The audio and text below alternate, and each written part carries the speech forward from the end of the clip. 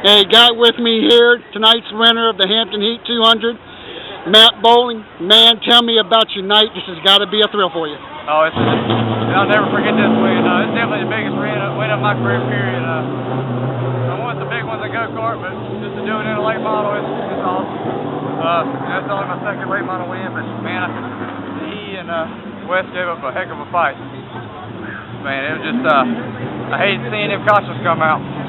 But I can't thank my crew enough. Stellar's Racing, all my sponsors, my dad especially. One for him, none of this would be possible.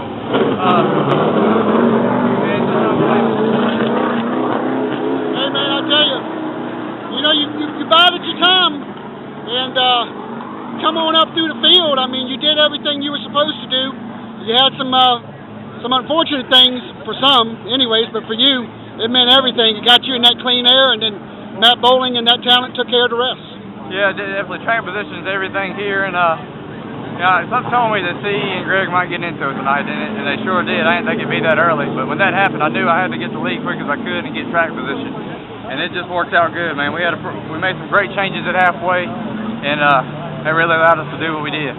Got you, man. I'll tell you something. This track only offers 6 degrees banking. There ain't nothing like it. Nowhere, no how, nowhere to be found. What do you think about this place now? Oh, I love it. Matt Bowling, winner of tonight's Hampton Heat 200.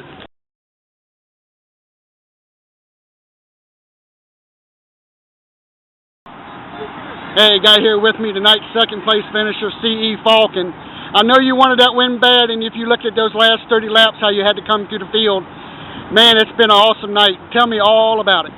Yeah, we qualified well, qualified second, and got going and got where we needed to be. And last 25, the car kind of fell off, and we were near the driving as it needed to be. And so we just kind of rode it out and got to halfway there, and realized we had some stuff loose, gotten loose on us, and was causing our car to ill handle. So we put all that stuff back and made some adjustments, and we were good. We got good on that restart, and Greg, he was just trying to brake check the restart, and the green flag's out, which means go.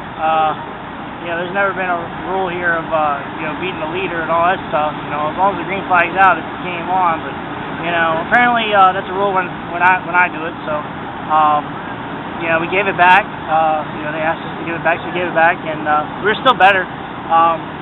So he got way loose all four, and we dove underneath them getting into one. I was next to the grass as far as I could go, and he just hung a left. He didn't care that we were down there, and spun him out, and took us to the rear, and we had a loose fender the rest of the race, so we weren't very good coming through the field. But as soon as we got past like 150, she really started cooking the gas, and we were able to make some moves and have a couple restarts, and use advantage of the cone. And I got there racing my brother, and I thought my brother was going to take the win, and I don't know, he was giving all he had and cautious at the end, and so I just figured I had to go like hell and try on the outside. The first time I figured out what I needed to do, and the second time I thought I had it going into 3, and just kind of washed up on me, so come out here second place finish, Hampton Heat, you always want to win them, but as long as you put on a show for the fans, hold our heads high. And the fans got a show, that's for sure. I tell you, man, it ended up being a good night, but does this renew that rivalry with you and Greg Edwards going throughout the rest of the season? He needs to learn how to race us, He wants to cut us off and chop block and gag early on restarts and hit the brakes. That ain't racing. That's chicken. So he needs to figure that out, and we'll keep tearing race cars up. I work on them every day, so I'll fix what I drive. My car still drove good enough to run second. Apparently his stuff won't be good enough to run but 6. So like you said, we're way better than him, and he's got a long way to go to catch us. 10-4 on that seed. Second place tonight in the Hampton Heat 200. Yeah, I got here with me Greg Edwards, and Greg Edwards, tough night, man, real tough night.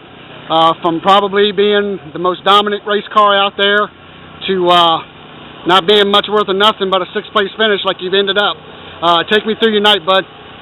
We had an awesome night. Sat on the pole, led every lap the first half, and Beginning of the second half, this spoiled brat took me out again. He continues to do it. He has no respect for nobody.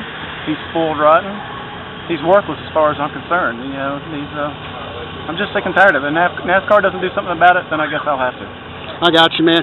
But other than that, man, I mean, the first part of that race, I mean, boy, that thing was on rails. And, I mean, what do you do? All for naught. Somebody wants to take you out, what do you do? And yeah. You know, you can't do anything. So I told him he's got to go home and sleep with it, not me. Got you, man. I tell you, well, I asked him the same thing. Does this race renew that rivalry that we all thought was kind of in the past? And here we go again. Most definitely. Yeah, I figured that, man. So when we come back here next time, and I mean, Greg Edwards has got to win a championship. Just how deep is he going to get involved in messing around with Falk? I don't know. When you call somebody out enough times, you know, what do?